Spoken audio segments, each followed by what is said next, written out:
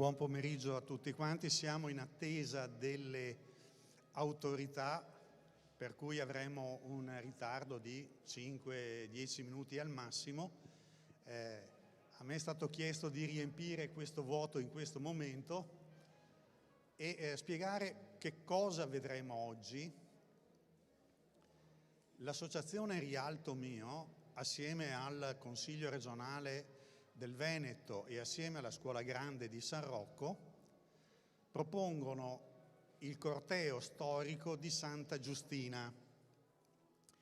All'indomani della battaglia di Lepanto, la notizia della vittoria di Lepanto arrivò a Venezia una decina di giorni dopo l'esito effettivo della battaglia. Fu considerato un miracolo, la vittoria fu considerata un miracolo e le cronache narrano che tutta la città scese in festa, indipendentemente dal titolo nobiliare, quindi popolo miscolato con nobili. Le porte, pensate che le porte del Palazzo Ducale furono aperte dalla pressione della gente che voleva vedere e baciare le mani del Doge in festa per quanto era accaduto a Lepanto.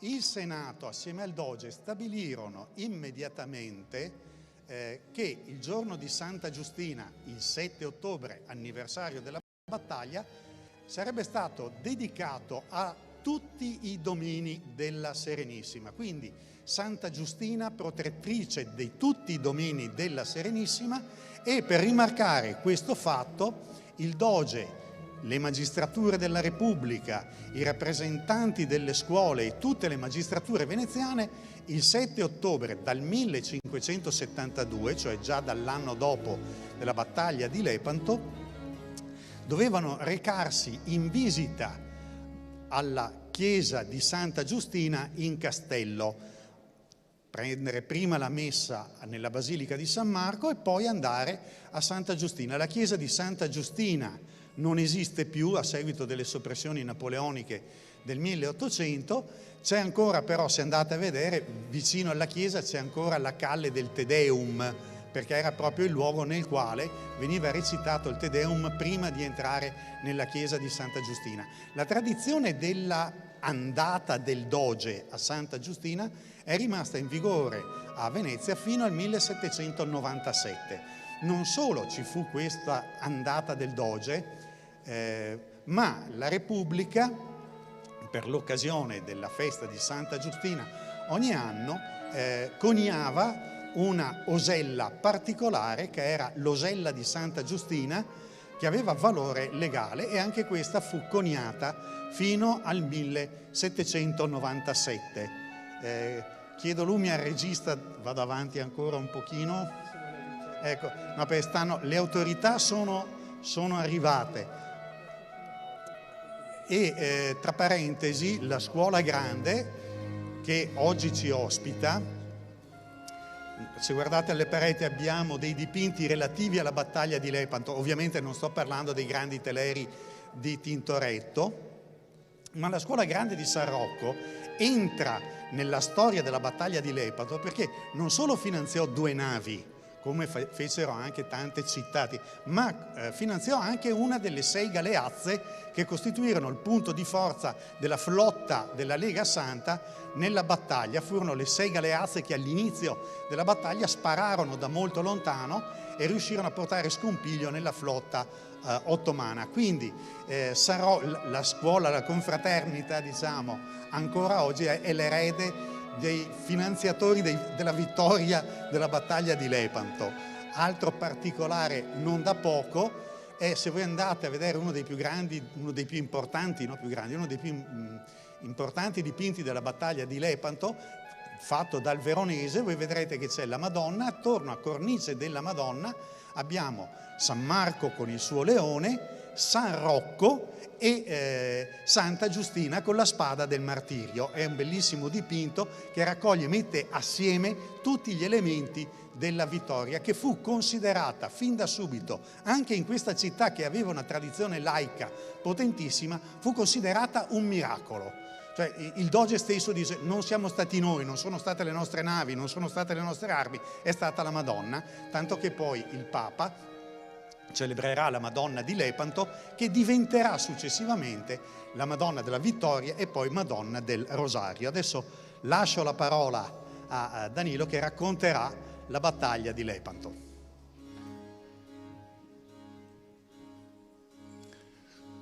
Salve a tutti. Parlare di questa battaglia fa un po' specie perché tutti quanti noi dovremmo conoscerlo, perlomeno ne viene parlato spessissimo.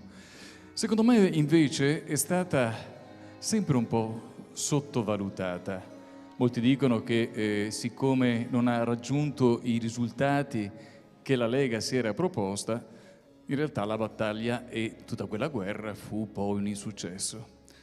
Ecco, io invece vorrei vederla in maniera un po' diversa. Voi dovete considerare che a quel tempo l'impero ottomano era un impero che aveva, a parte l'arroganza della sua potenza, ma anche la grandezza dei territori, era praticamente considerato invincibile.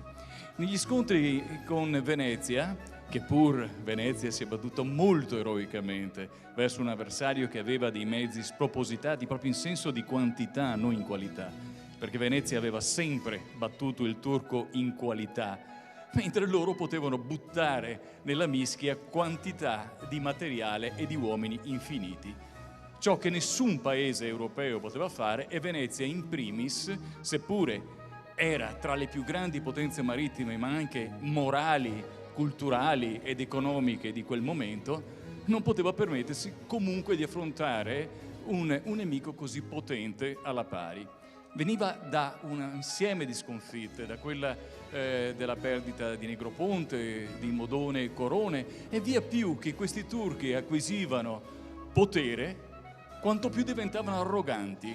Addirittura l'Occhiali, credo, era prima della battaglia si era data la pazza gioia depredando le coste del regno e sia del regno di Napoli, ma era arrivato fino a Zara, quindi quasi nella laguna veneta. E proprio immaginarsi quindi l'emozione da parte dei veneziani che si trovavano a dover confrontarsi con un avversario così potente, così arrogante e con alle spalle una serie di sconfitte, seppur onorevoli. Bene. La domanda che tutti noi dovremmo porci invece, se quella battaglia non fosse stata vinta, cosa sarebbe successo?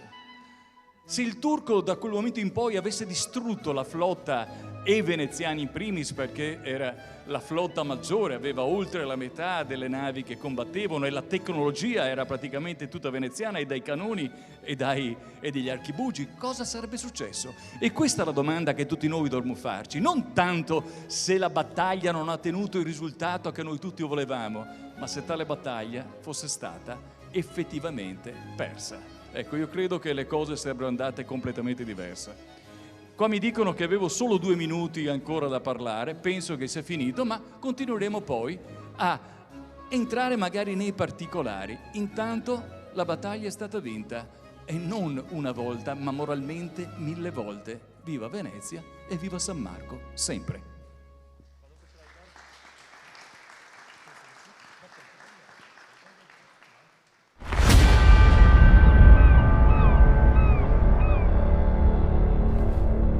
Ho passato una vita a solcare i mari.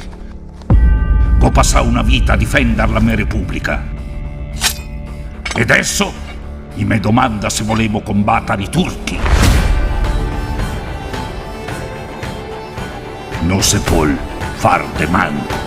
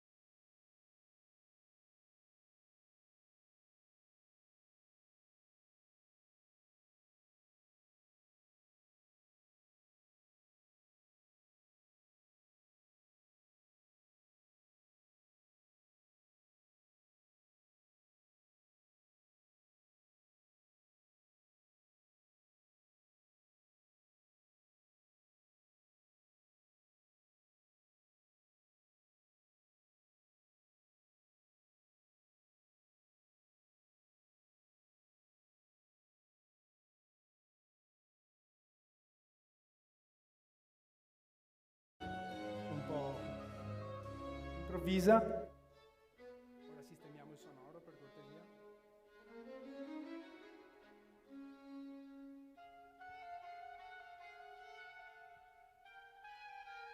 Ci siamo signori? Bene, ci siamo.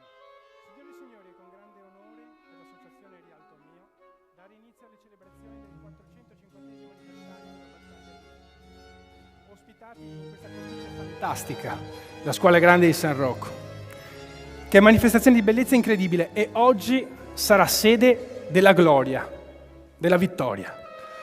Oggi, signori, la celebrazione di questo pomeriggio sarà composta da una prima parte dei saluti delle istituzioni e dei partners e gli amici che sostengono e hanno sostenuto questa giornata di celebrazioni.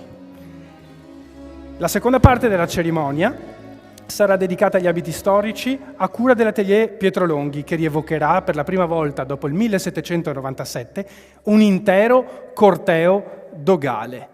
Signori, è con onore e con gran piacere che possiamo dire fuori dai denti che dal 1797 oggi ritorniamo con uno spettacolo che è inedito. Oggi, in una piccola parte, stiamo facendo la storia.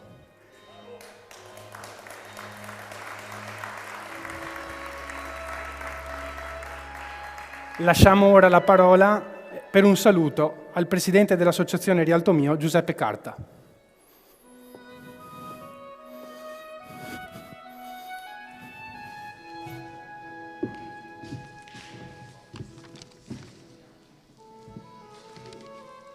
Grazie per la vostra partecipazione a questo evento storico che ricorda i 450 anni della battaglia di Lepanto.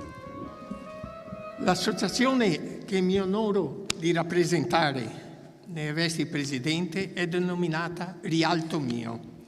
È nata nel 1938, viene fondata da soci amanti di tutte quelle iniziative popolari, principalmente rivolte in favore dei bambini e degli anziani.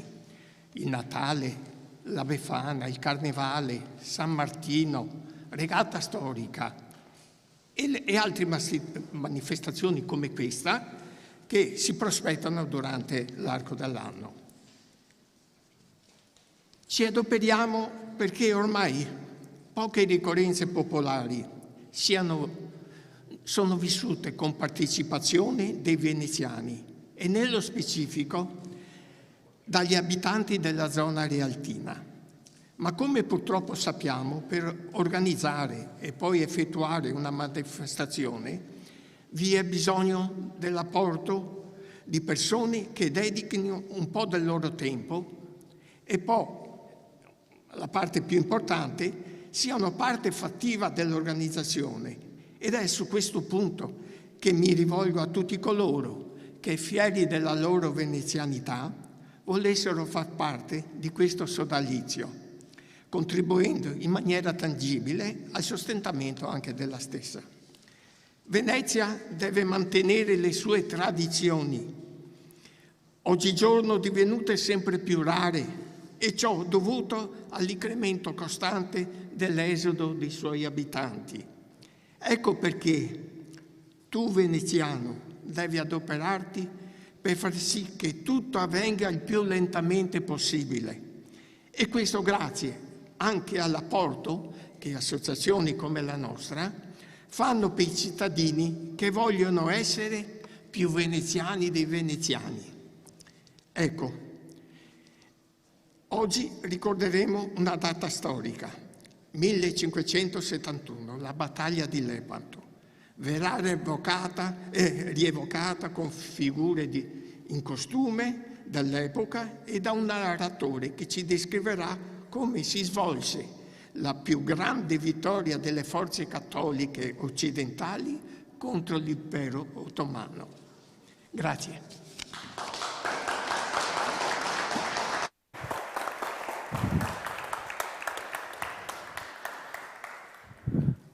Non salgo su e giù ogni volta, mi permetto di portarmi più avanti.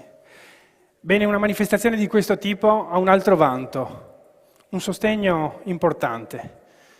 È un'istituzione importante, il Consiglio regionale del Veneto. Oggi questa manifestazione da subito è stata sposata immediatamente con anche entusiasmo, direi, dal Consiglio regionale, dando il patrocinio immediato. Ma ci sono anche le persone dietro alle istituzioni e per noi dell'Associazione Rialto Mio è con orgoglio e con onore che diciamo di poter chiamare il Presidente del Consiglio regionale del Veneto, Roberto Ciambetti, a spiegare perché ha dato il patrocinio a questa manifestazione.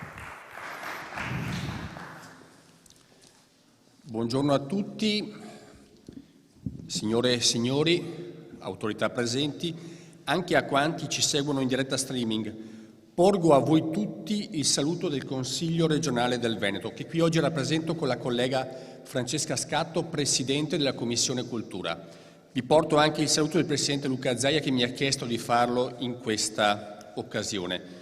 Mi sia permesso un caloroso saluto alle associazioni dei Veneti nel mondo che, collegati a noi grazie ad Internet, ci stanno seguendo.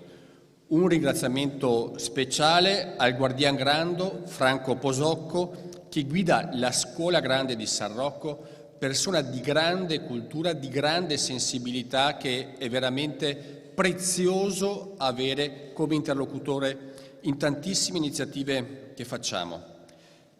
Scuola Grande di San Rocco che ci ospita. Un saluto, mi pare stiano arrivando, all'assessore alla cultura della città di Messina e a quello della città di Lepanto. Qualche anno fa ho avuto l'onore e il piacere di andare a Lepanto a vedere le manifestazioni e le rievocazioni che vengono fatte in quel luogo, accompagnato dall'allora collega Pierangelo Pettenò. È importante che ci siano Messina e Lepanto ai 450 anni di quella battaglia navale che segna un punto di svolta nella storia europea. Da Messina partì la flotta della Lega Santa, che a Lepanto sconfisse gli ottomani e sottolineò l'importanza istituzionale oggi che appunto rappresenta avere qui i due rappresentanti dei due comuni. Quindi veramente un grazie per chi ha fatto tanta strada per essere qui oggi. Un saluto al sindaco di Venezia, qui rappresentato dall'amico Giovanni Giusto. Devo ringraziare anche The Merchant of Venice della famiglia Vidal, che continua la grande tradizione profumiera dei muschieri e saunieri veneziani, che ha sostenuto questo evento. Infine veramente un grazie sentito a Rialto Mio, che ha voluto celebrare la battaglia di Lepanto riproponendo il corteo di Santa Giustina, la santa del 7 ottobre, giorno della battaglia, a cui la Serenissima, dopo la vittoria, dedicò i suoi domini. Ogni anno, il 7 ottobre, il Doge, dopo la messa solenne in San Marco, andava in corteo alla chiesa di Santa Giustina nel Sestiere di Castello. La chiesa di Santa Giustina fu soppressa nel periodo napoleonico e bene ha fatto Rialto Mio a scegliere la Scuola Grande di San Rocco per riproporre quella tradizione che risale al 1572, cioè sin dalla sua prima ricorrenza della battaglia di Lepanto. Speriamo che questo evento possa trovare spazio anche in futuro nel suo giorno canonico, appunto il 7 ottobre, perché è importante che Venezia si riapprontando sfide difficili, quelle della modernità, per essere ancora protagonista autentica della vita e non solo splendido museo. A Lepanto si gridò al miracolo. Battaglia di questa vicenda. Sebastiano Venier, Agostino viene trattato in questi disegni. E infine Miguel de Cervantes, che fu ferito alla battaglia di Lepanto e fu ferito a una mano e soltanto dopo è diventato incapace era un hidalgo incapace di combattere, scrisse il Don Chisciotte, uno dei libri più importanti dell'umanità. La ragione per cui la scuola lo ospita non è soltanto il fatto che Santa Giustina è stata decapitata e è diventata liceo di Venezia e non è più una chiesa, ma il fatto che questa scuola ha partecipato alla battaglia di Lepanto con 300 componenti delle classi, come si usava allora, cittadinesche e pari. i secondi in galea a remare e i primi a combattere sulla tolda. La scuola ebbe numerosi morti e feriti che sono ricordati nei libri conservati nell'archivio. Ecco, tutte queste ragioni ci hanno indotto a festeggiare particolarmente una vittoria che secondo gli storici non è stata priva di risultati. Devo sottolineare questo aspetto. Gli storici ci dicono che furono in quel momento di fronte al più grande impero che era presente allora, l'impero turco ottomano, furono 3 gli eventi che lo arrestarono, lo fermarono per sempre. L'assedio di Vienna, qualche decennio prima di Lepanto, la battaglia di Lepanto, saluto il rappresentante del comune di Messina perché lì si riunirono sotto il comando di Don Giovanni D'Au. E attenzione, perché ci saranno critiche.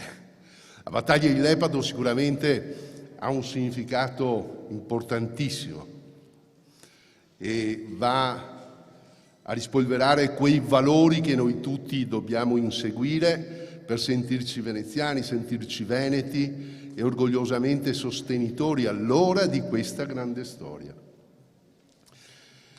Si dice che non fu una vittoria determinante, ma io non oso pensare se quella battaglia non fu da noi vinta, cosa sarebbe oggi il nostro mondo, la nostra realtà, Venezia.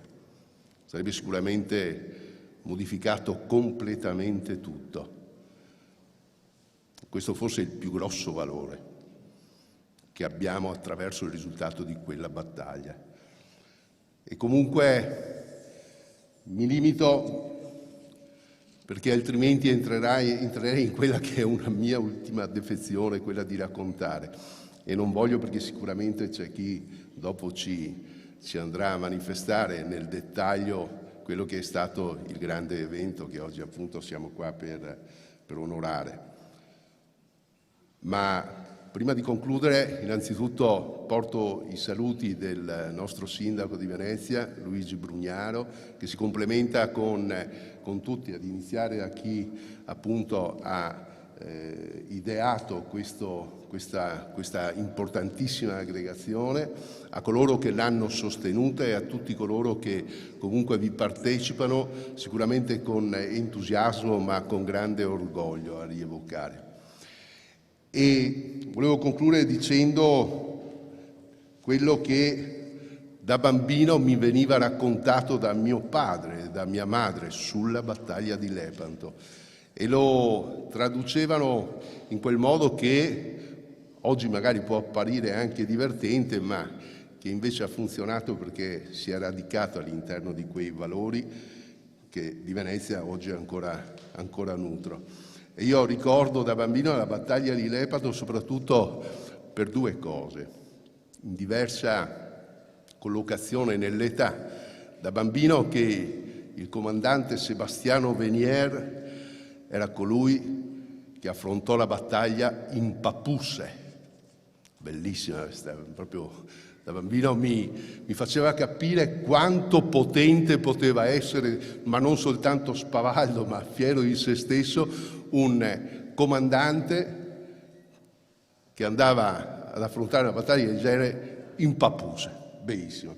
E poi invece la più grande capì in realtà che cos'era all'epoca la magnificenza produttiva della nostra grande città, che fornì quelle navi indispensabili sicuramente per portarci alla parità dell'avversario, se non addirittura superiori, ma producendo navi che erano strategie segrete nella costruzione, erano navi veloci sicuramente, erano navi che avevano quelle particolarità che le rendevano uniche, attraverso quel luogo che oggi noi tutti dobbiamo comunque ricordare, che era il cuore e lo deve essere ancora il cuore della nostra Venezia, che è l'Arsenale, da dove, pensate, è partita proprio in quel frangente la catena di montaggio. È stata inventata spontaneamente a Venezia, o meglio era la nave che durante la costruzione si spostava nei vari settori e veniva alla fine allestita nell'ultimo settore per poi uscire dall'arsenale completa. Ecco da dove deriva la famosa frase "una nave al giorno usciva in quel periodo là". Non è che si costruiva dalla mattina alla sera e alla fine si costruiva una nave, no. In realtà, grazie a questa catena di montaggio che ancora oggi sicuramente viene impiegata in tutte le più grandi industrie mondiali, Venezia riuscì a sfornare più di una nave al giorno. Una nave al giorno partiva e affrontava il mare in direzione di Lepanto. E grazie a questa grande produttività, alla quale noi dobbiamo appellarci per ricordarci che una città e soprattutto una grande storia come quella veneziana, cioè Venezia, può rimanere tale, viva, fino a quando sarà produttiva. Noi ci siamo ancora e dobbiamo sicuramente palesarci e far rendere conto a tutti che comunque i veneziani ancora ci sono e sono quelli che garantiscono questa grande e importante continuità. Grazie a tutti, viva Venezia, viva San Marco.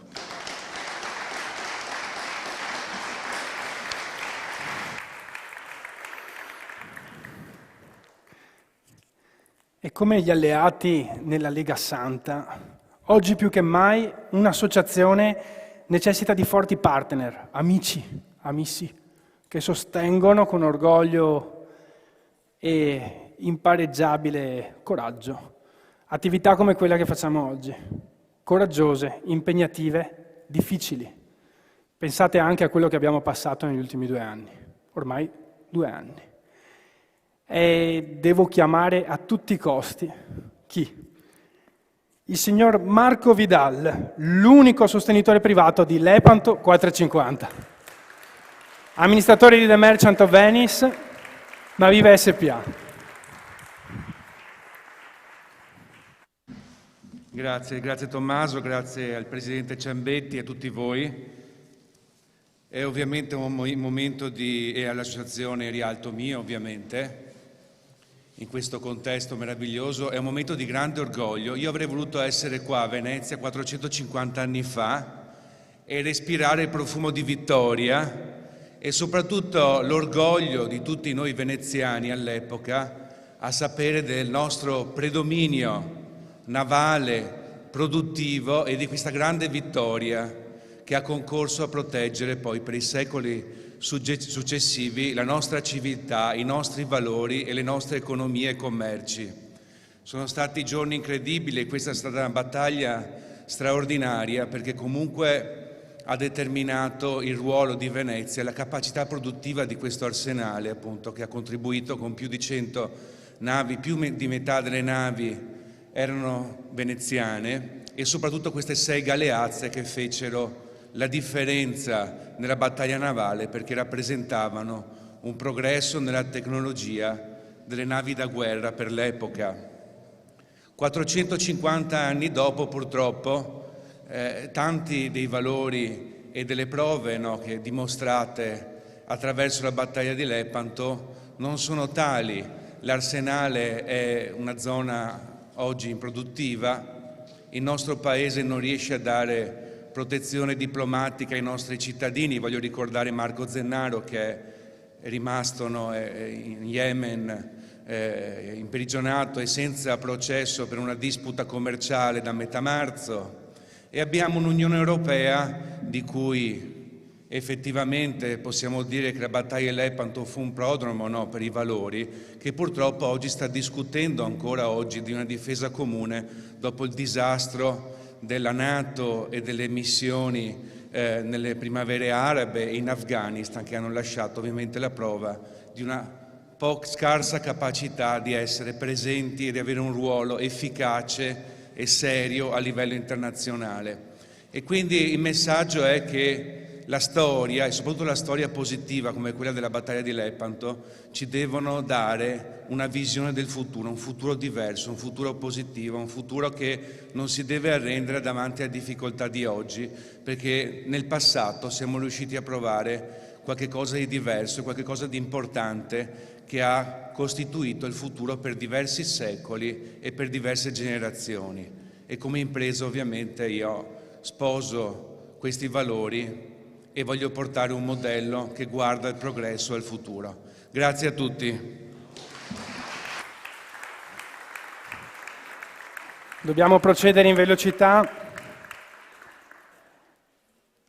Abbiamo l'onore di avere coloro che hanno sostenuto nella Lega Santa allora la battaglia per la cristianità. Io devo chiamare qui per un breve saluto sul palco Pietrangelo Pettenò, ambasciatore per Venezia della rete Lepanto Network, e i suoi due illustrissimi ospiti della rete, Christos Salamouras del comune di Lepanto, Grecia, Enzo Caruso, assessore alla cultura e al turismo della città di Messina. Prego per un breve saluto. Scusate la brevità, ma abbiamo i rievocatori che non ce la fanno, fremono. Buonasera a tutti, grazie davvero. Devo dire che sono emozionato perché dal 98 circa che ho cominciato a incontrare gli amici di Lepanto, andandoli a trovare.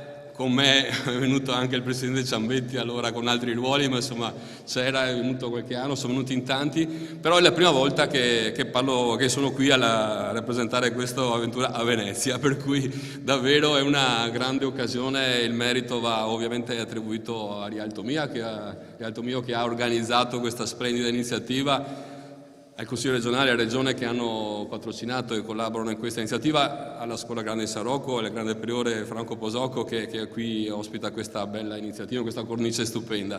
E devo dire che insomma la nostra intenzione, che è nata formalmente nel 2015, anche se da tanti anni che ci stiamo lavorando, è stata quella di partire da dei motti. Il motto era Lepanto in Europa. Marco Vidal prima di me ha detto bene cosa ha significato Lepanto per l'Europa e cosa invece l'Europa ancora non sta dando ai popoli europei e mediterranei. Però noi volevamo che accanto a questo Lepanto in Europa ci fosse l'Europa a Lepanto, cioè quindi in qualche maniera il riconoscimento di alcuni valori che da quei fatti storici ci siamo tramandati e che vanno ovviamente declinati rispetto a una civiltà oggi appunto che auspicabilmente dovrebbe essere ancora migliore. Insomma, il nostro motto quindi accanto a questo dell'Europa a Lepanto è quella dallo scontro all'incontro, cioè quindi noi vogliamo commemorare, ricordare la battaglia di Lepanto, non vogliamo nasconderla. È stato un fatto tragico, sanguinoso, sicuramente la più grande battaglia nel Mediterraneo navale, con tantissime perdite, con grandi quindi perdite per l'umanità, ma quei fatti, quegli scontri, al di là dei vincitori, che questo appartiene a un dibattito storico e quant'altro, credo che invece a noi ci interessa, il motivo è quello di privilegiare l'incontro, cioè perché in quella battaglia, se sapete bene, come sapete bene tutti, insomma, si fa fatica ancora oggi a capire chi stava da una parte e chi stava dall'altra. I greci stavano da una parte con la Lega Santa, ma stavano anche dall'altra parte con l'impero ottomano, e nella Lega Santa, sotto un ruolo importantissimo di Venezia, ci stavano questa repubblica così multietnica, multilingue, eccetera.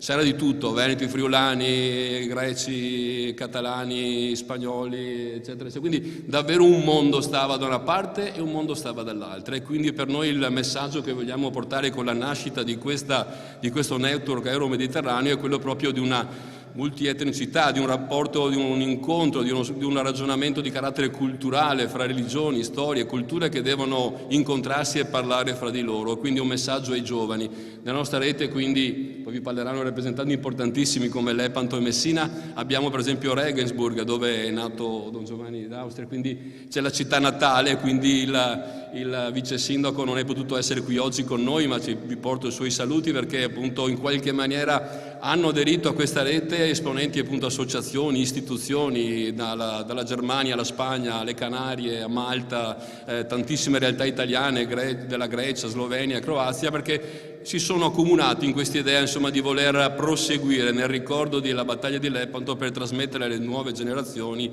ai giovani, appunto, un messaggio di pace nel Mediterraneo, dove deve prevalere la conoscenza di quello che è avvenuto, il superamento degli scontri e invece l'obiettivo di una cultura di incontro, una cultura che deve dialogare, ascoltarsi e quindi convivere pacificamente. E quindi vi ringrazio veramente perché è emozionante, per questo ringrazio ancora, devo dire, il merito a chi ha saputo organizzare una cosa così bella finalmente a Venezia con queste occasioni.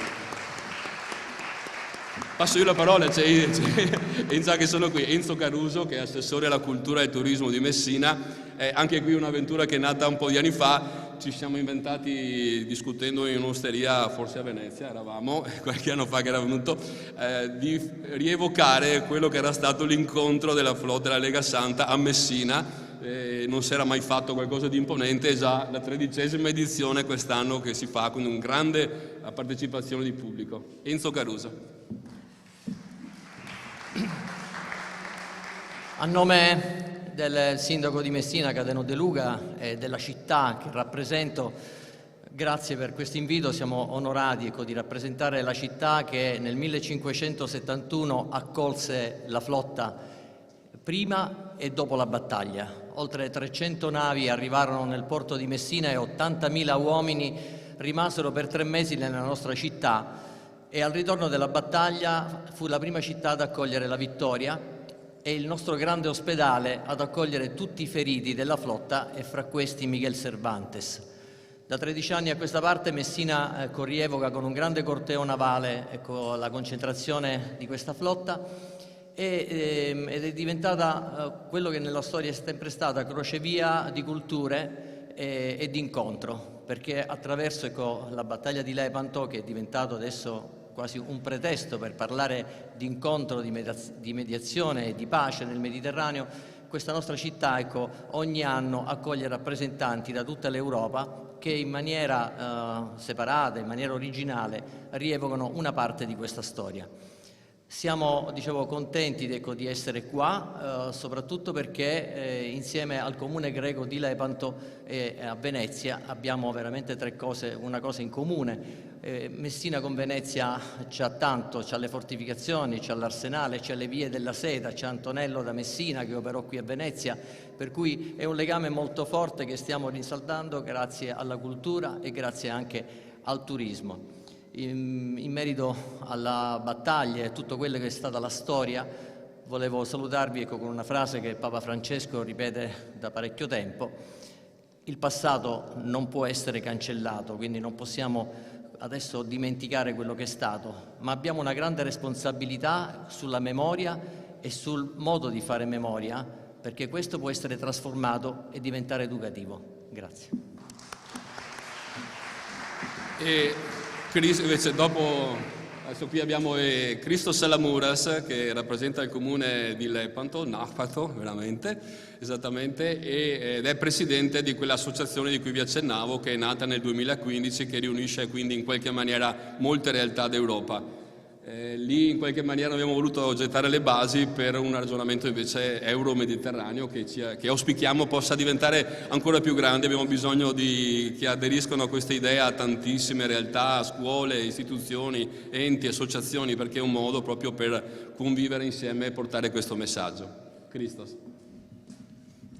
Buonasera a tutti. Devo dirvi che sono molto emozionato di essere arrivato in Piazza San Marco e camminare. L'emozione è grande.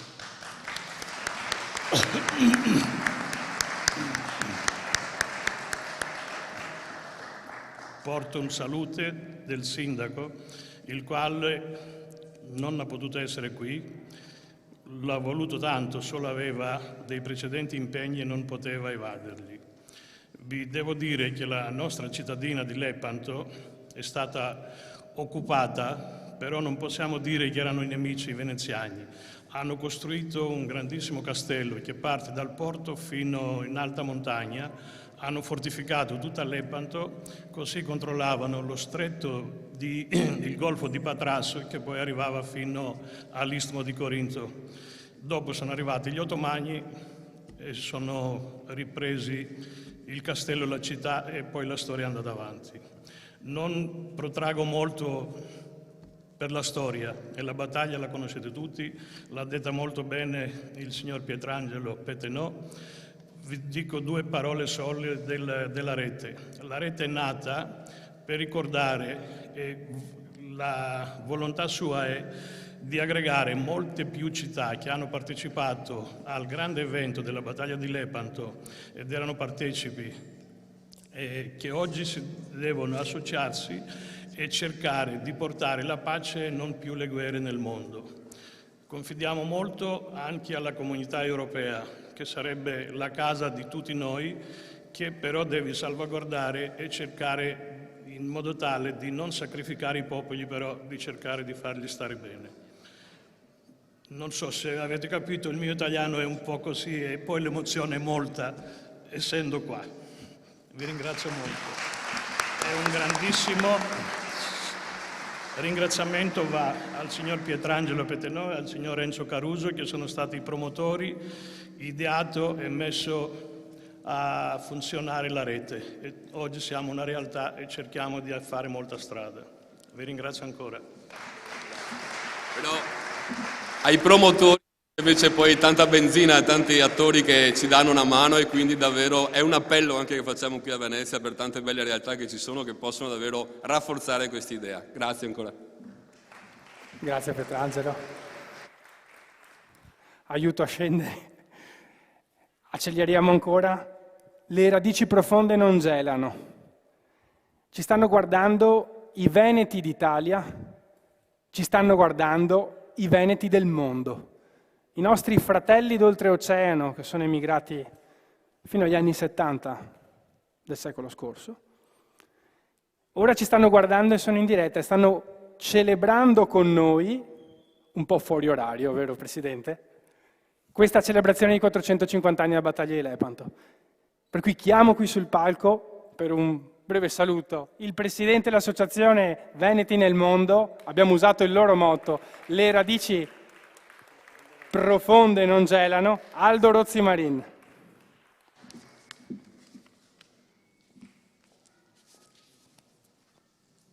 Buonasera, saluto le autorità e mi complimento per questa iniziativa, per i promotori e per tutti i volontari. Oggi l'Associazione Veneti nel Mondo, qui e all'estero, con la partecipazione delle nostre comunità, grazie alla diretta YouTube, ricorda la battaglia di Lepanto, la battaglia che vide tra i vari stati della Lega Santa, principalmente la Repubblica di Venezia e il Regno di Spagna, difendere la cristianità. In quel 7 ottobre del 1571 ottennero una vittoria schiacciante sotto la protezione di Maria Ausiliatrice, Auxilium Christianorum. Papa San Pio V attribuì quell'evento che fermò definitivamente l'avanzata marittima dei turchi, alla preghiera che il popolo cristiano aveva indirizzato alla Vergine nella forma del rosario. È per questo che ogni anno, in memoria di quel combattimento, si celebra la festa di Nostra Signora del Santo Rosario. Ma come poté Venezia dare un così importante contributo alla battaglia di Lepanto?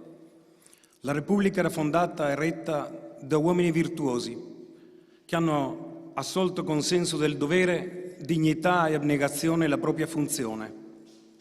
Questo ha permesso che dal 421, dalla sua fondazione, al 1797, anno del suo tramonto, di avere per oltre un millennio uno Stato forte, libero, indipendente. Un ordinamento dello Stato fondato su fondamenti giuridici solidi, un caso unico per la sua Costituzione, la sua legislazione e la sua organizzazione sociale. Ma non solo, c'erano gli uomini che governavano la Repubblica, patrizi veneti preparati per i ruoli a cui venivano chiamati in ogni ambito istituzionale. Uno Stato da terra e da mar inimitabile nella rettitudine dei governanti. I libri e le cronache si dilungano nella descrizione delle virtù: speranza, carità, temperanza, fortezza, giustizia, valore, amor di patria e fede. Nell'impegno istituzionale c'era la fede, che ispirava e segnava la vita e le opere di ciascuno. Certamente all'idealismo patriottico religioso si congiungeva l'elasticità e la mobilità economica propria di una repubblica di navigatori e mercanti. L'evento di oggi non è una delle tante cerimonie civili che ha cancellato il riferimento alla patria celeste. Oggi rendiamo un omaggio ai nostri eroi e alziamo i nostri occhi alla Madonna e a San Marco per fare una profonda e silenziosa preghiera, come è avvenuto prima delle battaglie sulle navi cristiane. Passa il tempo, sulle passerelle del ricordo, della tradizione, del colto degli avi, della continuità. Oggi siamo qui per ricordandoli, perché ricordandoli rendiamo immortali i nostri eroi, come rendiamo immortale il loro sacrificio per la patria e la cristianità. Grazie.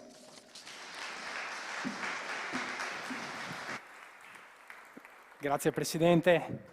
Le mani, siamo arrivati al momento clou, signori. Le mani che hanno creato quello che oggi possiamo definire il miracolo. Riproponiamo il corteo storico dogale per i 450 anni della battaglia di Lepanto. Devo chiamare il maestro sarto Francesco Briggi dell'Atelier Petrolonghi. Fa parte del corteo. Allora, sarò breve perché secondo me quello che vedrete tra poco ci darà grande soddisfazione. Innanzitutto ringrazio chi ci ospita, che è una sede fantastica, la Scuola Grande di San Rocco, e ringrazio chi ha contribuito come sponsor, come istituzioni, come la Regione Veneto a rendere possibile questo evento, che è un evento del quale voi siete i testimoni assoluti, che non è mai successo prima se non fino al 1797. E per chi non mi conosce, brevemente sono assieme a mia moglie responsabile titolare dell'Atelier Petrolonghi, che da tanti anni appunto ci occupiamo di ricostruire abiti storici.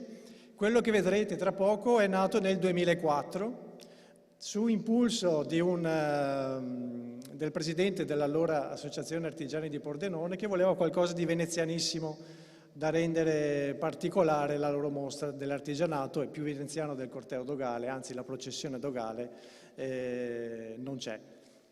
Ovviamente tutti gli abiti che vedete, che vedrete tra poco, del quale io ne indosso anche uno, sono stati riprodotti ovviamente attingendo dalle fonti. Le fonti sono innanzitutto una stampa acquerellata del Matteo Pagan, la potete vedere al Museo Correr, dove rappresenta la processione ducale del 1562.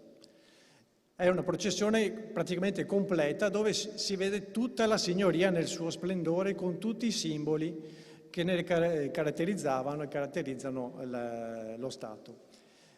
Ovviamente questo corteo dal 2004 a oggi è stato utilizzato completamente nella sua interezza nella Scuola Grande di San Giovanni Evangelista nel 2014, ma non è mai stato indossato a Venezia. Non nascondo una certa emozione, perché vedere gli abiti indossati dai rievocatori e renderli vivi è un'emozione che veramente ci premia di tutto questo sforzo incredibile che ci ha visto partecipi. Ringrazio i vari rievocatori che praticamente da tutto il Veneto sono giunti solo per l'onore di indossare questi abiti e per partecipare a questa rievocazione assolutamente unica. Colgo l'occasione per dire che, con un grosso auspicio, 150 anni, ma sarà la prima di una lunga serie che la nostra città si merita ampiamente, i veneziani si meritano e tutto il mondo si merita lo stesso. Buona visione.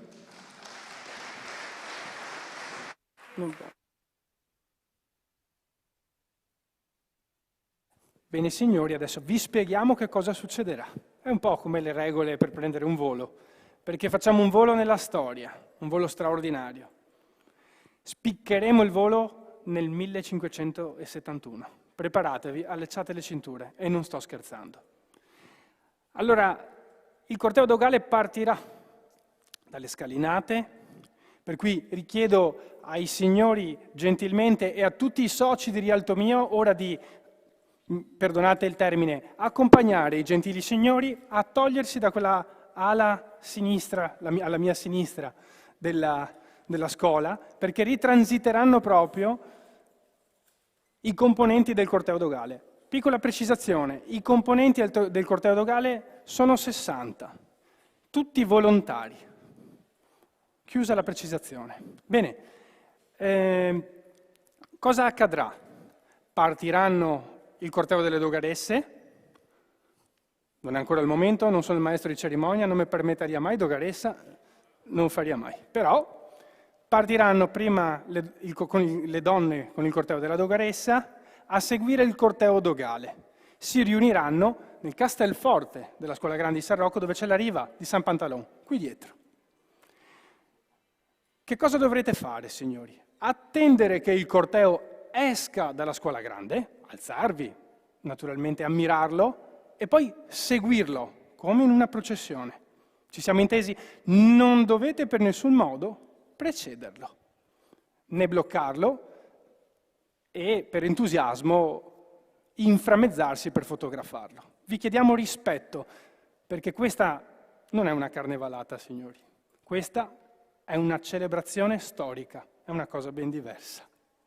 Grazie, signori, perdonatemi la precisazione, ma mi hanno insegnato da bambino che è bello essere sinceri da subito. Grazie.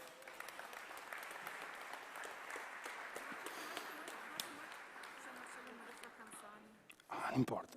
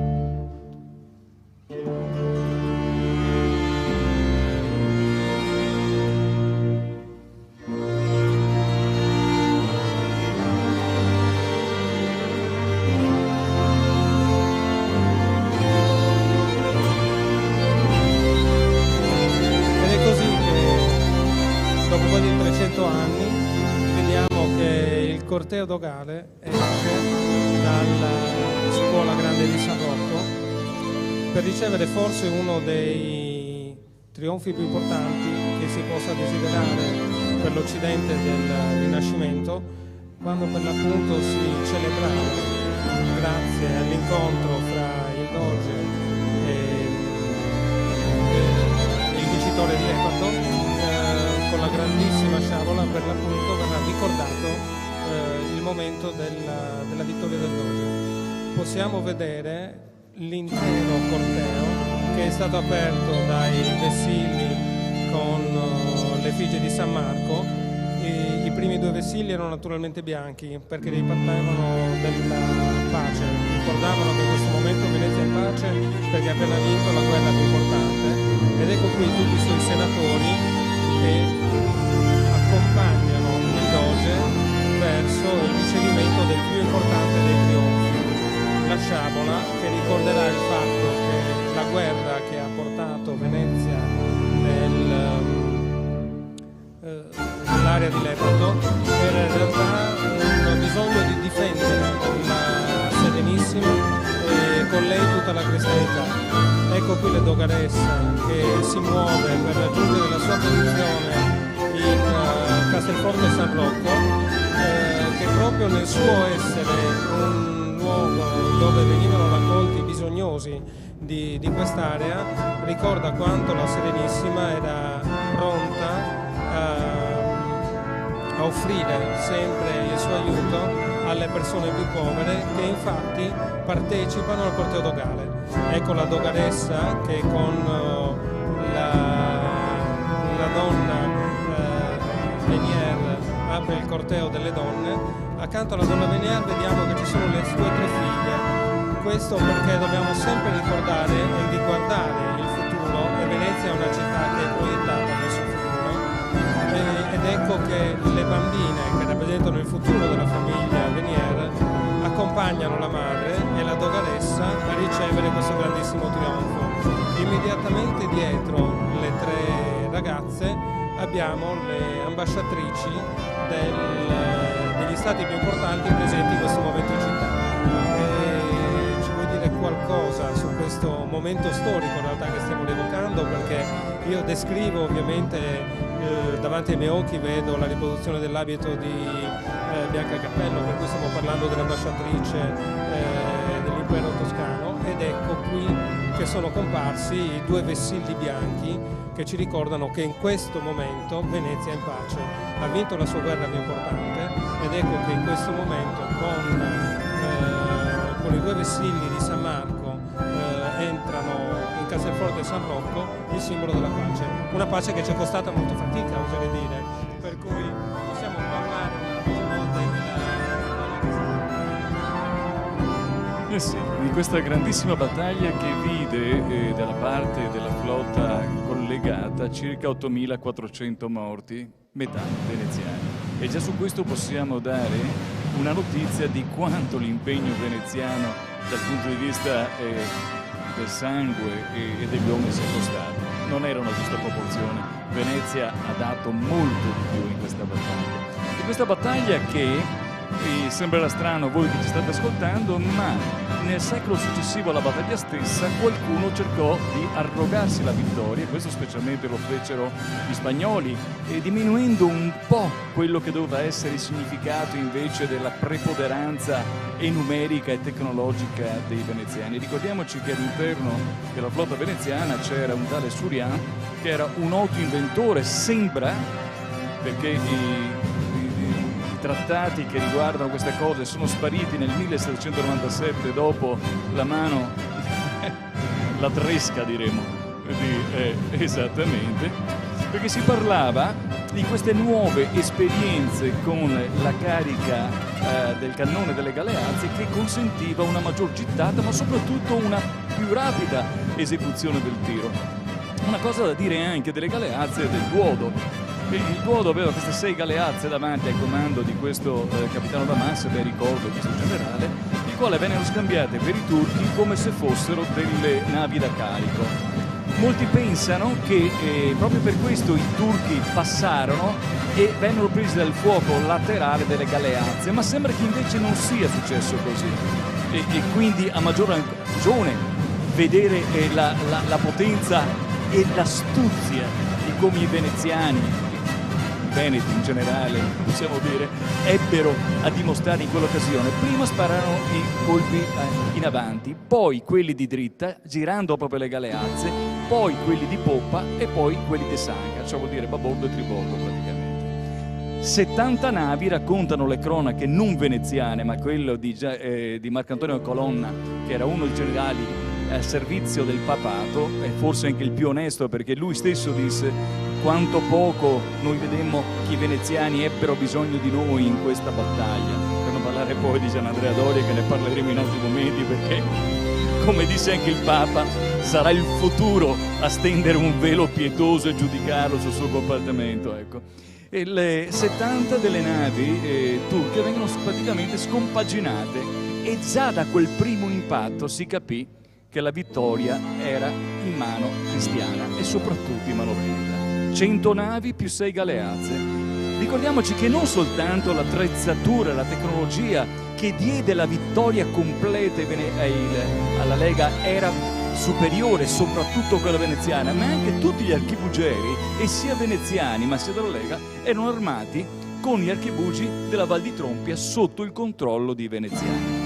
Quindi, se da una parte c'erano i soldati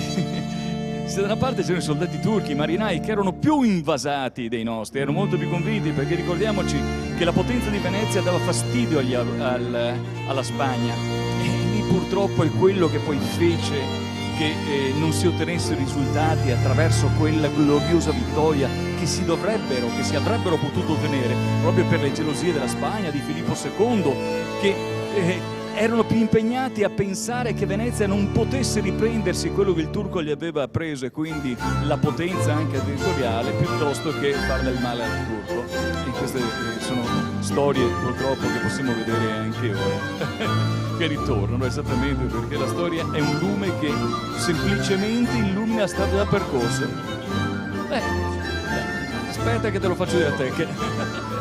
Proprio perché questa inquadratura ci fa capire che, per quanto la storia si sia ripetuta e tenda a ripetersi, continuiamo a guardare avanti al futuro, visto e considerato che abbiamo ancora bambini, per l'appunto, che ancora guardano avanti, così come guardano avanti tutti questi personaggi del corteo dogale, e non possiamo che rimanere affascinati da tante delle cose che ci racconta questo corteo, dove per l'appunto noi vediamo che le donne non potevano unirsi agli uomini, ma non per questo avevano meno importanza, perché la dogaressa con la moglie del Venier accanto appunto rappresentano il futuro e la capacità di generare un futuro, e subito accanto abbiamo i senatori, che del resto erano la gran parte dei notabili presenti in città. Queste sono tutte le ambasciatrici e le grandi donne presenti nella città, ma come vediamo dietro ci sono anche sempre delle ragazze che fanno parte dell'idea di futuro, la cui dote veniva donata addirittura dalla Repubblica. Ed ecco che la comunità si prende cura di chi non poteva permettersi di avere un futuro dignitoso. Per cui questi rossi fuoco dei senatori altro non fanno che ricordarci che la vera nobiltà è quella dell'animo, e non per niente a Venezia parliamo di notabili, non di nobili, perché Venezia è una repubblica, e in quanto repubblica ecco che abbiamo i vessilli che ricordano per quante volte Venezia si era mossa per fare delle guerre che servissero a difendere la pace, ed ecco che abbiamo il doge completamente vestito d'oro perché porta la luce divina dentro di sé, e anche la spada. Non dimentichiamo che sulla facciata di Palazzo Ducale abbiamo la giustizia che ha una spada, perché come può appunto succedere, è vero che la giustizia è una cosa che bisogna chiedere, una cosa di cui si ha il diritto di avere, però bisogna anche ricordarsi che la giustizia può anche colpire chi non si comporta secondo i dettami della Serenissima, che proteggeva tutti quelli che chiedevano asilo nella preziosissima città. Ed ecco che qua, in un canale, perché solo così poteva succedere che giungesse, vediamo arrivare una barca, e sarà la barca che porterà l'eroe. Ed ecco che così abbiamo un momento di vera vita rinascimentale, spettacolare vedere la dogaressa che chiacchiera amabilmente con la donna Venier, perché questo accadeva realmente, perché se noi guardiamo i ritratti del Vicentino vediamo che realmente nei grandi festeggiamenti pubblici era un festeggiamento, non era un qualcosa che i veneziani non sentivano proprio. Venezia coinvolgeva chiunque fosse in piazza o chiunque fosse per le sue carni, proprio per dimostrare, per vivere tutti quanti assieme la grande emozione che può regalare la Serenissima. Ed è per questo motivo che noi possiamo vedere che ci sono persone di tutte le età, perché anche il Senato stesso, superati i 21 anni, sappiamo che si poteva entrare all'interno del Senato, ed ecco che quindi in una sola grande ripresa come quella che stiamo vedendo possiamo riconoscere tutta l'organizzazione politica e sociale della città. E adesso come si riallarga, per l'appunto vedremo di nuovo tutto quello che è il corteo dogale in un luogo che per l'appunto è Castelforte San Rocco, possiamo quasi definirla una casa popolare del Cinquecento, dove per l'appunto potevano chiedere di essere accolti i confratelli che in quel momento non potevano permettersi di avere una casa propria. E in questo possiamo capire che cosa voleva dire mutuo soccorso nella città di Venezia.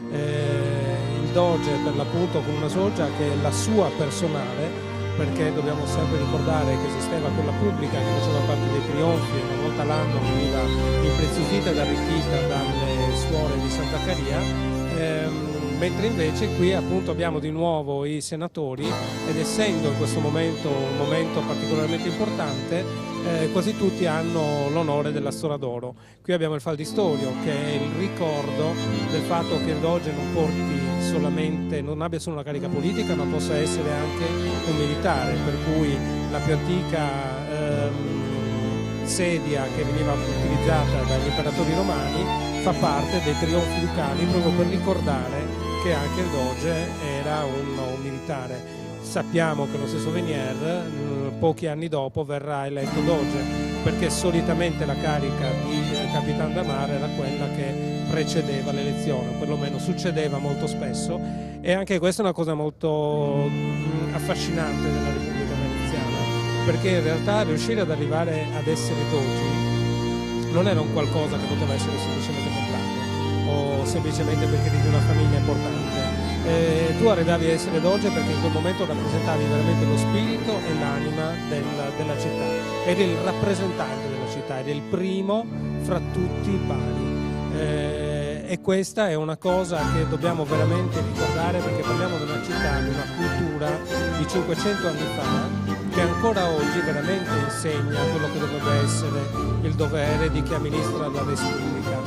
Il Doge, piuttosto che tutti i senatori, sono lì perché hanno dimostrato di essere in grado di sacrificarsi, di fare enormi anche investimenti, perché del resto il Doge doveva occuparsi di fare donazioni, doveva occuparsi di aprire il palazzo anche in diverse occasioni per rappresentare la potenza e la ricchezza della città, per cui ci rendiamo conto che tutta la vita di 500 anni fa di Venezia forse potrebbe essere un esempio per tutti noi di cosa oggi dovremmo ancora cercare, di cosa voglia dire sentirsi parte di una comunità e non solo rappresentarla ma viverla.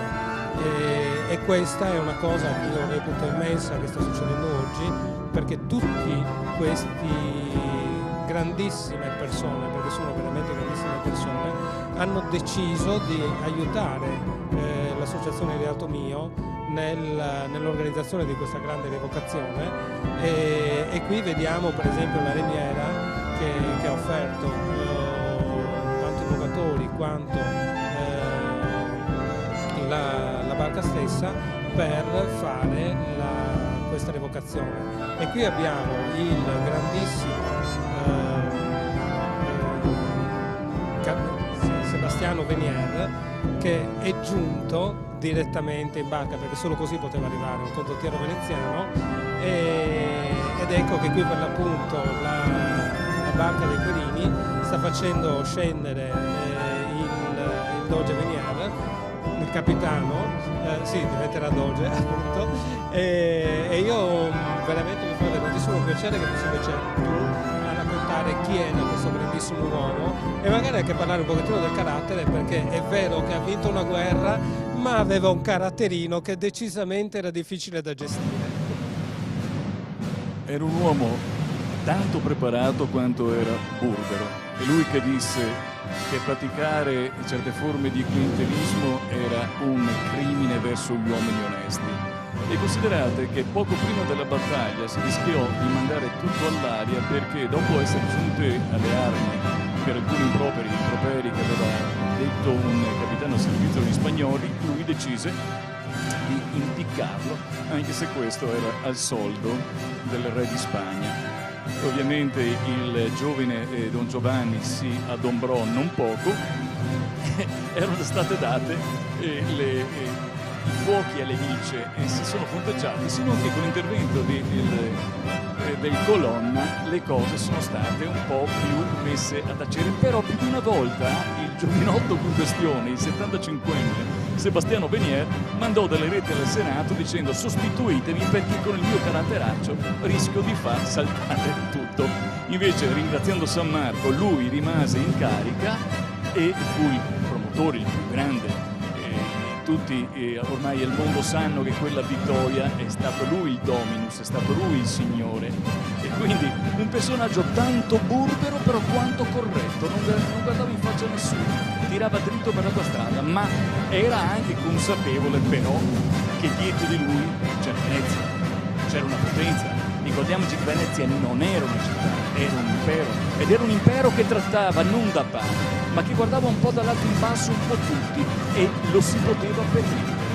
Ad esempio, una cosa curiosa sul doge Aloisio o Alvise Luigi, che ebbe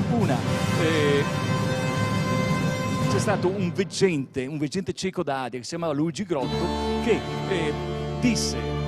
predestinò questo doge alla vittoria, con la vittoria, che disse che lui aveva visto praticamente dopo l'analisi del sogno che Luigi significa, secondo i processi cabalistici dell'interpretazione del nome, che vuol dire cerchio che circonda la luna. Quindi disse: è evidente che questo doge vincerà tutto.